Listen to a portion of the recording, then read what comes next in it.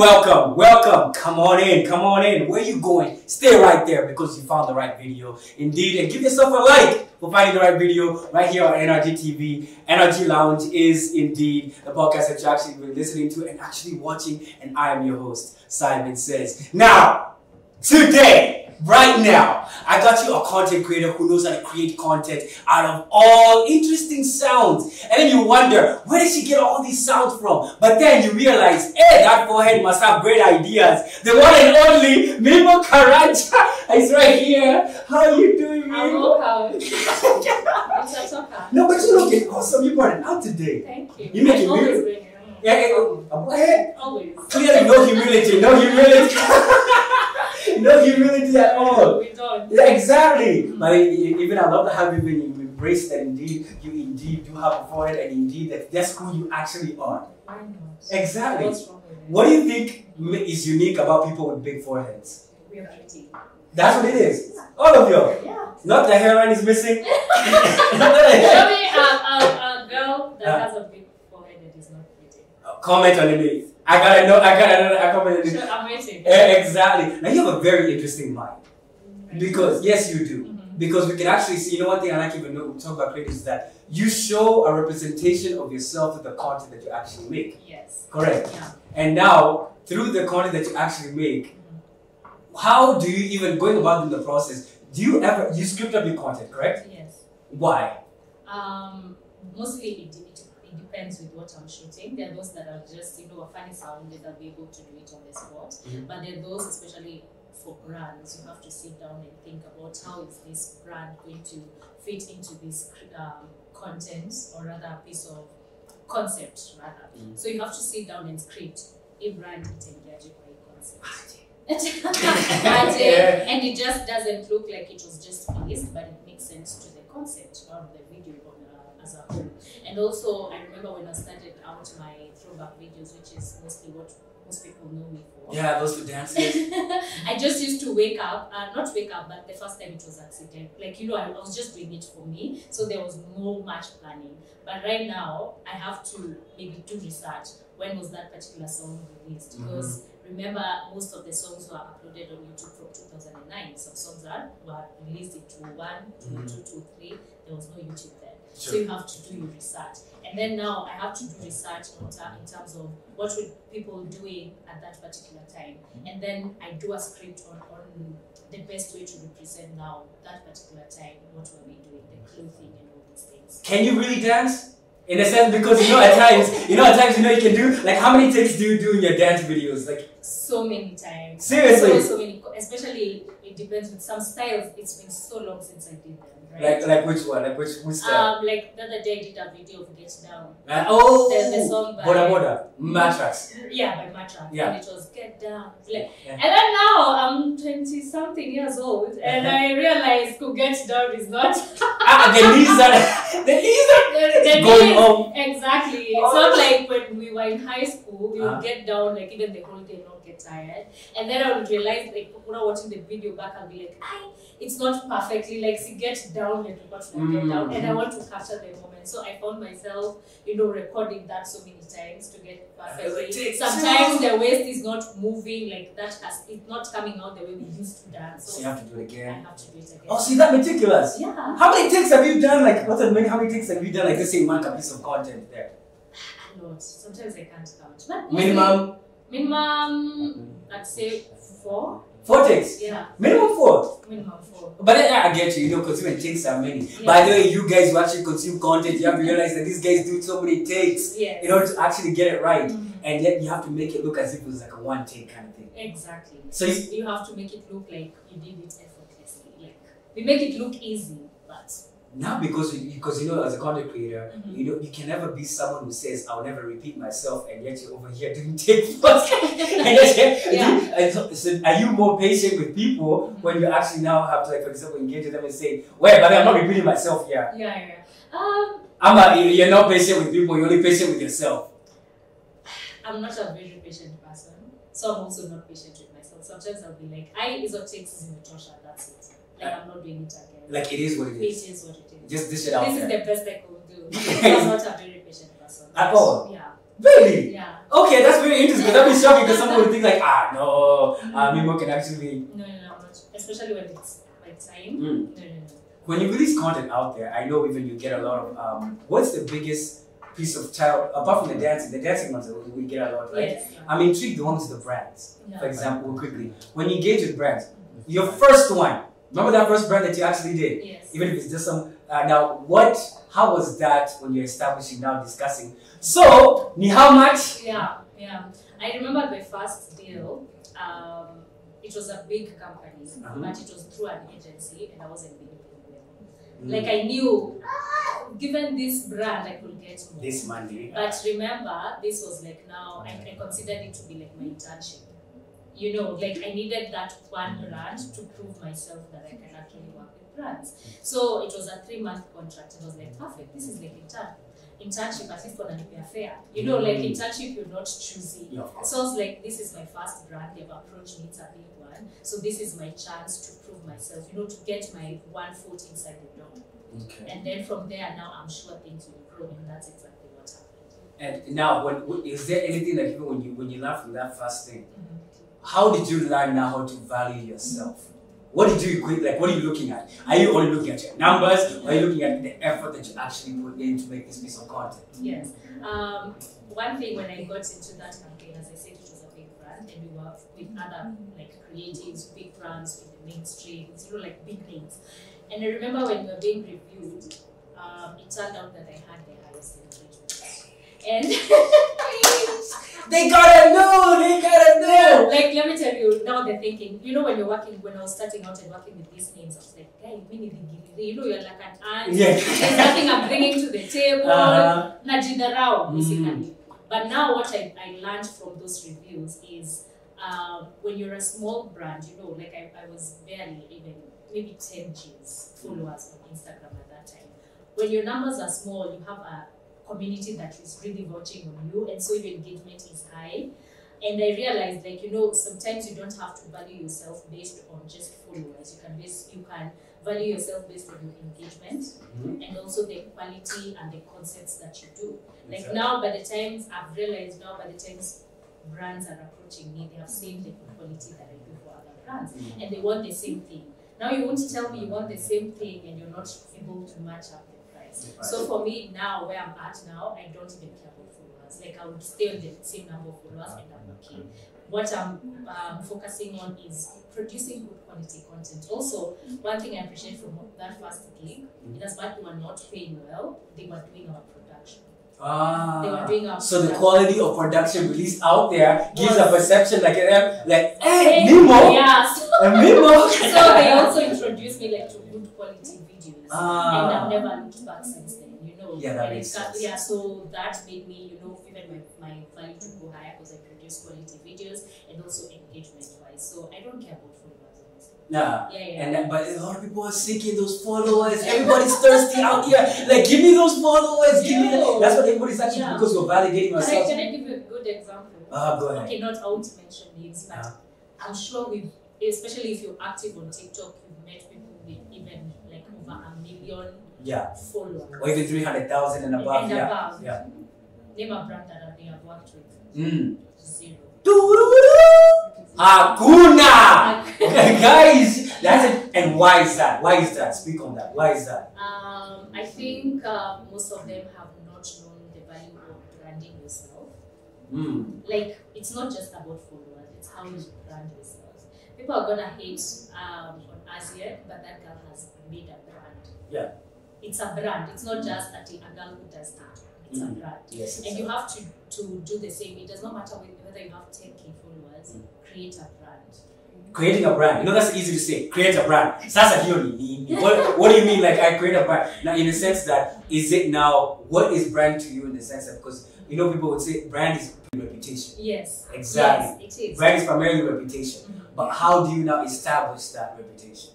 I think for me, okay, that plays a huge role, reputation, because if you're gonna do content that is maybe, how do I put it, nasty, X-rated and all these things, brands are gonna hold back from working with you. unless sasa work na zile brands jahamo iwaambia watu wa work nazo, because how you presented yourself. Yes. If you know. I It's know. because even him, when he looks at those people, there's a way they've presented themselves. You know, brands want to work with polished people. They want their brands to be associated with good things. You know, with polished things. Hawataki messness be associated with their brand. Yeah, so that's why you find even brands pulling away when you have a scandal. It's wrong sometimes because Are you scared of that? No. You're not scared of any scandal or anything? No. Why is that so? Because that can mess up your bag. Yeah. That's why I'm saying it can be unfair, because sometimes scandals can be, you know, maybe I call really. You know, social media, how it works. People can just pick up something and it goes and it's not true. So I think it would be wrong for someone to drop because of something that is not true. However, for me, scandal na mimi, the way I live my life. Okay, I don't want to say never because I'm in this place. But the way you live your life, I'm also you just move inside it. Nimo's out here lurking in the streets.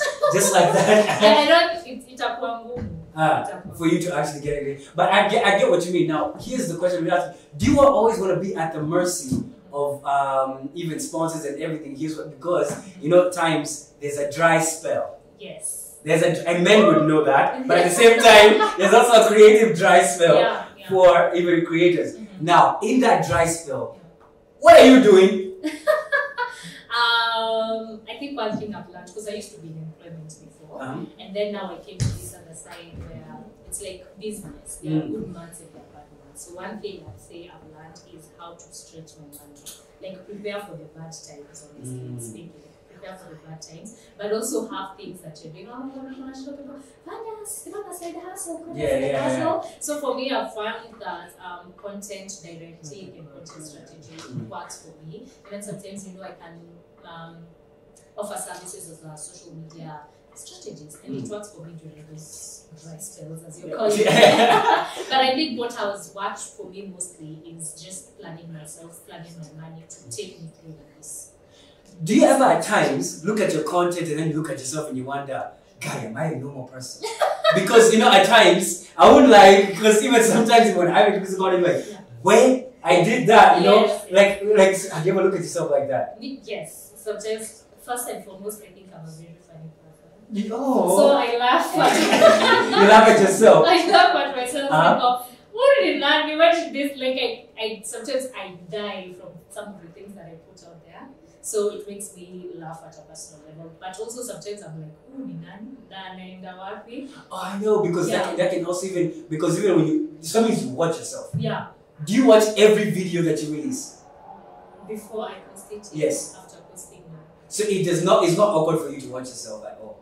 Let me say this, because I've ever done YouTube before. It used to be very awkward to watch myself. Oh, so one of those, hi guys, welcome to my channel. So, because it's me talking, but now because it's reels, you know, there are sounds over me. I think I'd say something that really disturbs me is hearing my own voice.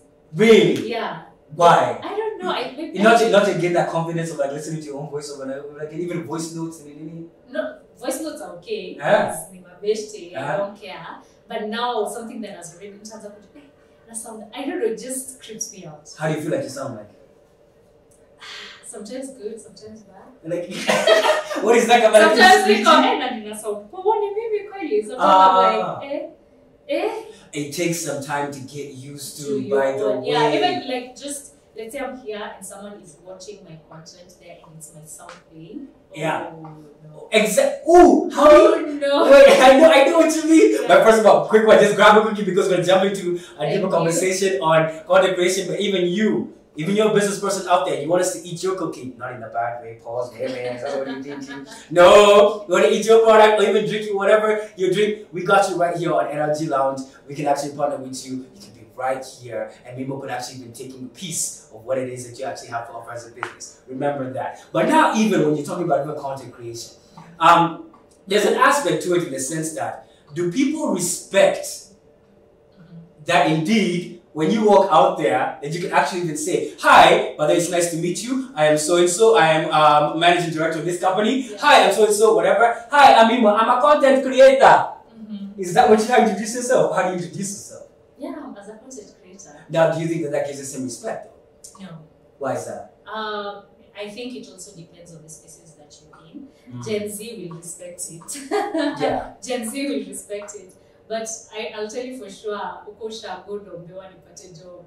Oh, they're still praying for you? Yeah, I get a job, especially because, I lost my job during the COVID season and I've never gone back to corporate really after that. And so for them, it's like, what be job in your office? But what were you doing? I used to work in a media house. Oh, yeah, you did media, right? Yes. Oh, exactly. You were behind the scenes, what? Behind and in front too. Ah, no way. So I started off as behind as a video editor, that's what I did. And then now I ended up being a presenter. Oh, did any of that skill in that, some people may say, a lot of the young guys may say, hey, listen, I never want to be employed. Yeah. Do you feel like there was any advantage of actually experiencing employment? Absolutely, 100%. Like what? Discipline. Discipline. I feel like so many people might lack discipline, but the minute you worked in corporate, discipline has to be there, and you actually know, for you to accomplish certain things, you have to push yourself that extra mile. There's also the fact that I did media and communications. It has to do, like what I'm doing now has to do a lot with it, like in terms of shooting, editing, all these things. It's basically media production, right? Yes, yeah. Yeah, even branding. I also feel like that has worked to my advantage because we taught about branding, marketing, all these things, and those things have applied them to what I'm doing now. What do you hate about creating content? Like what part of it? Because there's stages. Which part do you hate the most? I think editing. Editing. Yeah, I don't do myself. Okay, I don't know. Is there a part that I hate? I think if you were to give me a camera, I've never liked camera work, like operating a camera. Actually now, okay, now make sure that the person's in focus. Exactly. Whatever. So you're saying you hate the other person on the other side's job. Yes. I will need to exchange, even if I 1 million, like I don't think I'd consider it. Even in school, like the projects, I would be like, nitafanya editing, but camera work, I'm not to me automatic now. Do you, and I play with it. even at times, because even you mentioned, because you make the piece of content, you edit the piece of content, then you release it out there. Now, that waiting moment of now, engagement is happening. Have you overcome that little anxiety for that? And how, do you still have that sometimes? I think I have that with content that, there's content when you shoot, you have hopes for. This is dope. It's going. This is fire. This is the one. There's that content that when you're shooting, you know that. So when it doesn't perform, kiburi in that. I see. You get what I mean? There's content like when it doesn't perform. Sometimes I foresee it. Like I'm like, is Danita perform? Is it Kenya maybe from me? Like it might be dope content, but I know maybe my audience would engage with it. Like where I'm at right now, for example, if I do a throwback video and it doesn't perform, I'll be like, what's going on?